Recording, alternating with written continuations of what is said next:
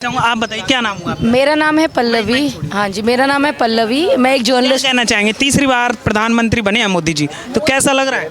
अच्छा लग रहा है, पर हर बार मोदी को जिताने के लिए केजरीवाल को दबाना अच्छा बात नहीं है। मुझे ऐसा लगता है केजरीवाल ने जो यहाँ कर लिया वो किसी ने नहीं किया। सीट नहीं मिली दिल्ली में तो केजरीवाल क्यों नहीं ना, क्योंकि उसको धोखे से फंसाया गया, उसको फंसाया गया। एक चीज मैं बताती हूँ, जो सफाई की मोदी तो वहाँ एसी रूम में बैठ के बोल रहा है, बस ये भाषण दे रहा है। झाड़ू मारा, स्वच्छ भारत अभियान तो मोदी जी ने स्टार्ट किया है। नाम से नहीं होता सर, झाड़ू मारना पड़ता है, सफाई करना पड़ता है। एक जवाब देना चाहूँगा, वो देश का प्रधानमंत्री है, म्यूनसिपैलिटी का ऑफिसर नहीं है आके झाड़ू मारेगा। उसका काम, मोदी का काम होता है मैम लोगों को अलॉट करना, वो लोगों को प्रेरित कर सकते हैं। वो प्रेरित कर सकते हैं। उन्होंने झाड़ू मारी, क्यों पूरा देश दिखाए मैम। आप कभी स्टार्टअप सुना है आपने आज से पहले? सर मैं खुद आई एम अ जर्नलिस्ट, मुझे सब मैं स्टूडेंट हूँ, मैं पढ़ता हूँ चीज़ों को। आज की डेट में इंडिया चाइना का सब्स्टिट्यूट है। आज की डेट में बड़ी बड़ी कंपनीज इंडिया में इन्वेस्ट करना चाहती हैं। लेबर सस्ती है इस वजह से नहीं, क्योंकि इंडिया का फ्यूचर है सर। स्टार्टअप जिस तरीके से मोदी गवर्नमेंट सपोर्ट कर रही है, जिस तरीके से मोदी गवर्नमेंट काम कर रही है, उस हिसाब से इंडिया आगे चल के बहुत बढ़ेगा। इंडिया का फ्यूचर ब्राइट है। बट कब? जब बीजेपी सरकार के हाथों में है।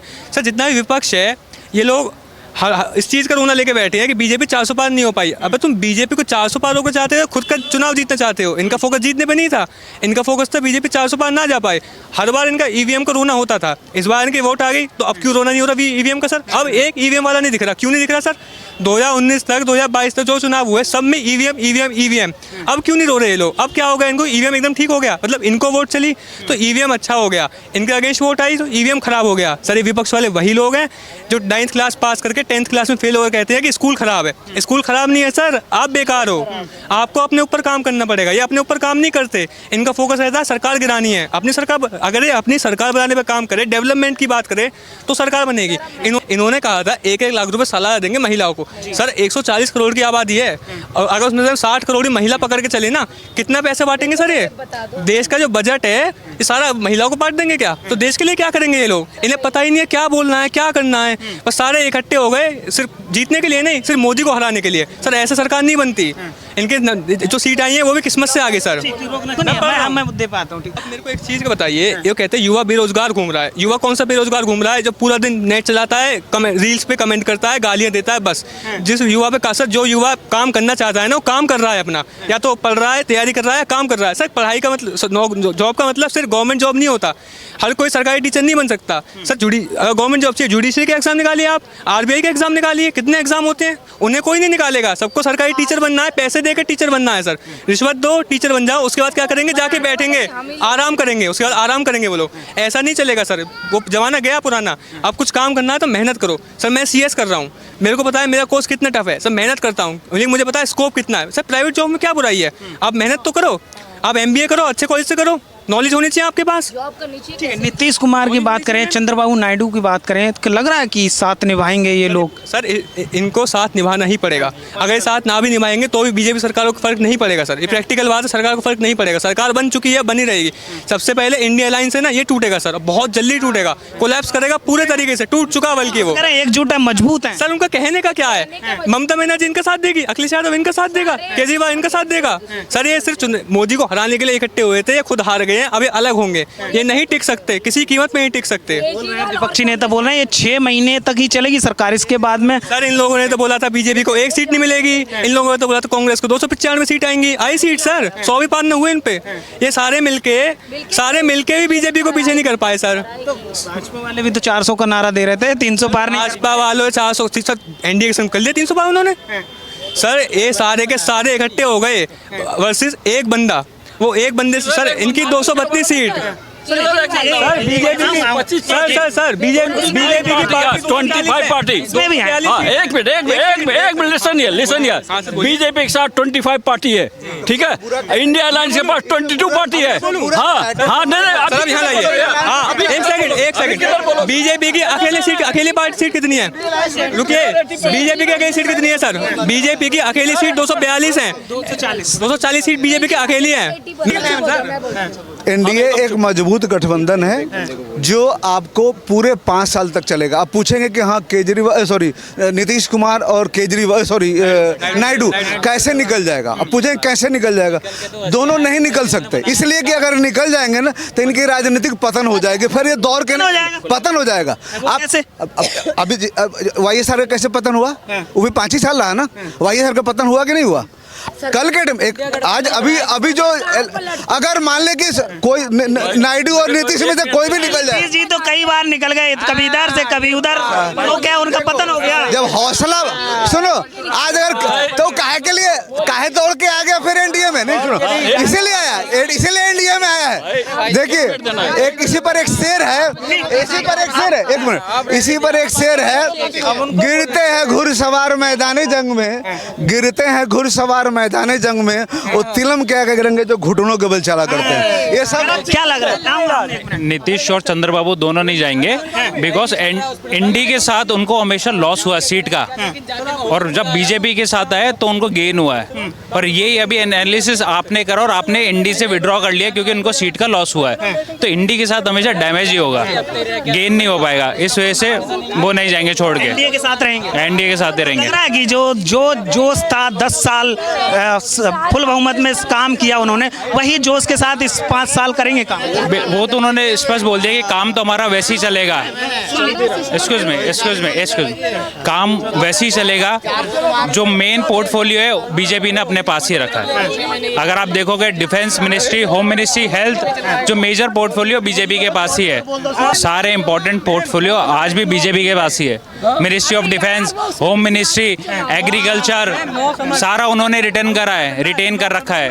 और जो दिए छोटे मंत्रालय या MOS दिए है बाकी अलायंस को, तो सरकार तो वैसी चलेगी, उन्होंने स्पष्ट कर दिया है। आप बताइए 100 करोड़ से ज्यादा क्या लग रहा है कि साथ निभाएंगे? बिल्कुल परमानेंट चलेगी, 5 साल चलेगा, और आने का जो विजन है वो भी क्लियर है इनका, होना ही होना है। आना मोदी है सर, 29 या 3400 आने बीजेपी है सर, कोई नहीं रोक सकता। जितने 5 साल चलेगी ये 5 साल आराम से चलेगी, आने वाले 10 साल 15 साल यही सरकार चलेगी, क्योंकि सर ये काम करते हैं ये लोग, देश की डेवलपमेंट होती है सर इस सरकार में। बताइए सर क्या लग रहा है, नीतीश जी, चंद्रबाबू नायडू एनडीए का साथ निभाएंगे, मोदी जी का साथ निभाएंगे, भरोसा है आपको? सबसे पहले तो DDN भारत के दर्शकों को मेरा नमस्कार है। देखिए मोदी जी ने 10 साल तक सरकार चलाई, एक बहुमत की सरकार चलाई। 10 साल पहले जो मुद्दे थे बहुत हद तक मोदी जी ने उसको पूरा किया है, लेकिन 10 साल एक लंबा समय होता है, उसमें देश के मुद्दे, नए युवा आते हैं, उनके अलग मुद्दे होते हैं, रोजगारी है और महंगाई है, ये एक अलग अलग समस्या है। तो ये जो 10 साल बदलाव हुआ है, ये मोदी जी या फिर जो एनडीए है या बीजेपी है, एक इंडिकेशन है कि जो बदलाव हुए हैं 10 साल में, जो नए युवा जो हमारे देश में कार्यरत के लिए आगे बढ़े हैं, तो उनके कुछ मुद्दे जो 10 साल पुराने वाले मुद्दे थे अब वो मुद्दे नहीं हैं, उसके ऊपर ध्यान देने की ज़रूरत है।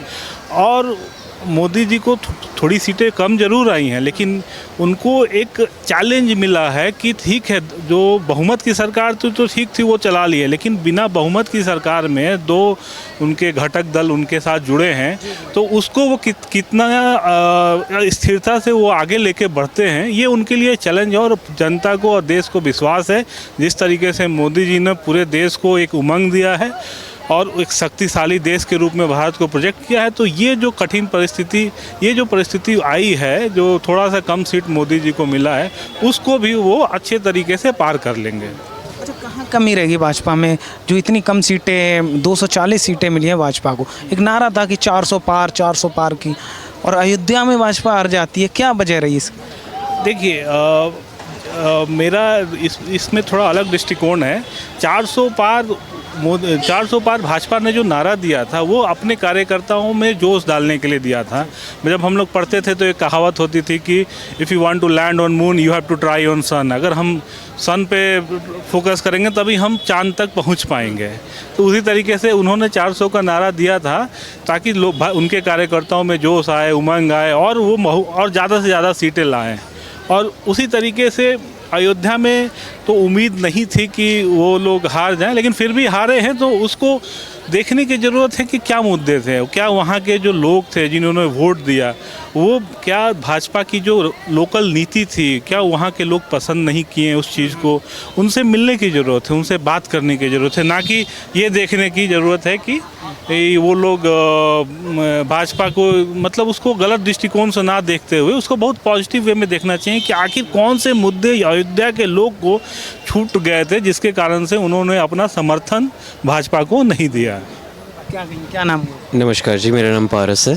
तो क्या कहेंगे, तीसरी बार मोदी जी प्रधानमंत्री बने हैं तो क्या लग रहा है, क्या कहेंगे, कैसा लग रहा है? जी वो बने हैं, डेफिनेटली लोगों का ट्रस्ट है, जिन्होंने वोट दिया तभी वो आए हैं।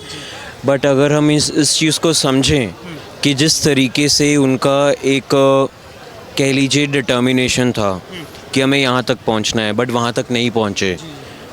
मतलब आप देखोगे कि अगर वो जीते हैं ना तो ऐसा लग रहा है कि उनकी हार है, कि कहने को तो इंसान कहते हैं राइट, बट आप ले लीजिए, आपने ऐसे कई चीज़ें पूछी अब क्यों इतनी सीटें कम आई हैं। अगर मैं उस चीज़ की बात करूं, पहली बात ये कि उन्होंने कभी भी लोगों जो एक कॉन्फ्रेंसेस हुए हैं उसमें नहीं आए, कभी प्रेस कॉन्फ्रेंसेस एक भी नहीं की उन्होंने। वो बहुत इंपॉर्टेंट है कि you need to understand the person, आपको लोगों को समझना है। बार के इंटरव्यू दिया था, हर चैनल वालों को इंटरव्यू। वो इंटरव्यू क्या है, वो बहुत बायस इंटरव्यू है, वो बहुत बायस इंटरव्यू है। कहने का प्रेस कॉन्फ्रेंस करनी चाहिए, 10 साल में एक भी नहीं करी, नहीं हुई प्रॉपर, उनकी नहीं हुई। उनके वही पर्टिकुलर चैनल्स पे हैं जो उनके गुणगान करते हैं। मैं कहने का प्रेस कॉन्फ्रेंस करते तो शायद सीटें बढ़ जाती। नहीं, सीटें नहीं बढ़ जाती, मतलब एक डायरेक्ट कनेक्ट, मतलब ये की बात करते हैं वो।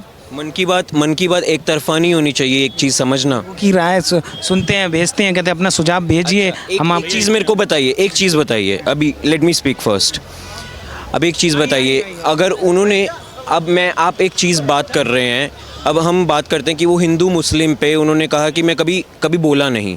आप जितने न्यूज़ चैनल्स देख लो, अभी उनके लास्ट जो रिलीज़ में भाषण थे हिंदू एंड मुस्लिम्स, फिर वो कहते हैं कि भाजपा हिंदू मुस्लिम करती है, डेफिनेटली करती है। नारा तो सबका साथ सबका विकास की बात ना, जो भी एक भी योजना बता, मुझे एक सिंगल योजना बता दीजिए जो धर्म देख के दी जा रही हो कि भाई तुम हिंदू हो तुम्हें मिलेगी, मुस्लिम को नहीं मिलेगी। एक सिंगल योजनाओं की बात, एक योजना मैं उनके भाषण्स में स्पीचेस की बात कर रहा हूँ। What is the intent behind that, वो बहुत मैटर करता है। कभी देखना वो आप एज एन ह्यूमन आप उसको परख लोगे, आप वो चीज़ देखना ज़रूर। अक्सर देखा गया है, नहीं अक्सर देखा गया है कि हम लोग भाजपा को ज़रूर ब्लेम कर देते हैं कि वो हिंदू मुस्लिम करती है, लेकिन भाजपा की जो बहुत सारे जो स्कीम्स लागू की हैं देश में, उसका अगर सही से मूल्यांकन करें, सबसे ज़्यादा फ़ायदा माइनॉरिटीज़ ने लिए हैं। तो ये बोलना बहुत गलत है। भाजपा वाले डिस्कोर्स में अगर उसको मीडिया ऐसे प्रोजेक्ट करती है कि वो हिंदू मुस्लिम करते हैं, बट एक्चुअली में जो धरातल पे जो चीज़ें हो रही हैं, आप जाके देखिए किस माइनॉरिटी के घर में आयुष्मान भारत का कार्ड नहीं होगा। जो लोग नीडी सभी के पास है, किनको वो क्या कहते हैं प्रधानमंत्री आवास योजना में घर नहीं मिला है, सभी को मिला है। हम ये दिल्ली में बैठे हैं, वहाँ गांव में जाके, दूर दराज इलाके में गांव में जाके देखें, सभी के पक्के मकान, सभी माइनॉरिटी के जो लोग नीडी हैं उनके पक्के मकान बने हैं।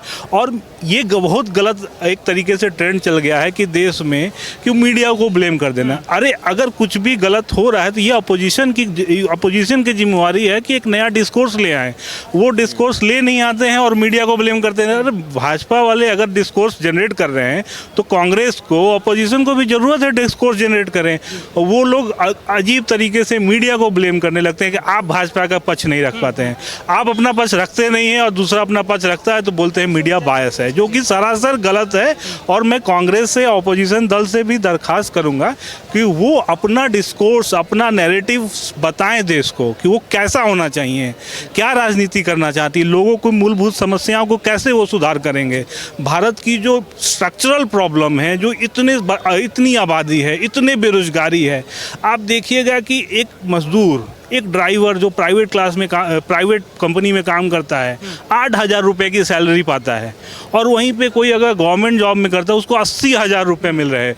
तो दो सेम जॉब के लिए एक देश में दो अलग अलग तनख्वाह दी जाती है, तो ये डिस्क्रिमिनेशन तो फैलेगा ही फैलेगा। उसको बताएं ना कि वो कैसे सॉल्व करेंगे, उसको बताने की ज़रूरत है। क्या शुभ नाम हुआ आपका? मेरा नाम कैप्टन गणेश यादव है। बताइए कैसा लग रहा है, तीसरी बार प्रधानमंत्री मोदी जी बने हैं? क्या कहेंगे इसको? बिल्कुल सही है, बनना चाहिए मोदी जी, क्यों नहीं बनना चाहिए, बिल्कुल बनना चाहिए। जो इन्होंने पिछले 10 साल में किया है कंटिन्यू होना चाहिए। जो इन्होंने एक बेस खड़ा किया है, तो बेस खड़ा होने का मतलब डेवलपमेंट नहीं हो जाता, अब उसको फाइनल पॉइंट तक ले जाएंगे तब डेवलपमेंट होगा ना। अभी इंफ्रास्ट्रक्चर में सबसे पहले रोड ले लीजिए, अभी रोड में वर्ल्ड में 2nd पोजीशन हो गया इंडिया का, अभी नंबर 1 है अमेरिका, जिसके पास रोड इंफ्रास्ट्रक्चर इंडिया से ज़्यादा है। तो किसी डेवलपमेंट का पहला स्टेप है कि उसका रोड अच्छा हो। आप रोड बना दीजिए, देखिए उस रोड के किनारे किनारे हज़ारों दुकानें बन जाएगी, दुकान होगी तो उसमें लोग काम करेंगे, सामान की बिक्री होगी तो प्रोडक्शन बढ़ेगा, प्रोडक्शन बढ़ेगा तो उधर डिमांड बढ़ेगा, तो रोज़गार जनरेट होगा ना। तो ज़रूरत है, अभी बहुत सारी चीज़ें हुई है, एक चीज़ नहीं हुई है। अब सिर्फ देश में ये बात नहीं है, अभी आर्मी में आ जाइए, आर्मी को कितनी छूट मिली है। पहले का मैं उसमें जॉब किया हूँ, मुझे पता है। अब कहाँ इतना बम फटता है पूरे इंडिया में, कहाँ बम फट रहा है हैं? अरे आपको रोटी दाल सब्जी और उसमें मुरब्बा चाहिए कि आपको सिक्योरिटी चाहिए? सिक्योरिटी ज़रूरत है ना, आप जिंदा बचोगे तब खाओगे ना। सुरक्षित महसूस करते हैं कि इन 10 सालों में मतलब क्यों नहीं करते? आप मीडिया वाले, आप तो देश भर में घूमते हैं, आपको पता नहीं लग रहा है क्या? 10 साल में किसी सिटी में बम फटा है क्या? इस कनॉट प्लेस में इतना फ्रीली कोई घूमता था क्या? और क्या चाहिए आपको? और क्या चाहिए? अभी दुनिया का तो में है देश, मतलब तीसरी बार जो प्रधानमंत्री, दुनिया के हर बड़े देश भारत के साथ अपना संबंध अच्छा करना चाहता है। और क्या चाहिए आपको? क्या शुभ नाम है? राजीव द्विवेदी। राजीव जी, तीसरी बार मोदी जी प्रधानमंत्री बने हैं, तो क्या लग रहा है सरकार नई है, जोश वही रहेगा क्या? तीसरी बार जनादेश मोदी जी को मिला है, ये एक नेहरू जी के बराबर उनका कीर्तिमान हो गया।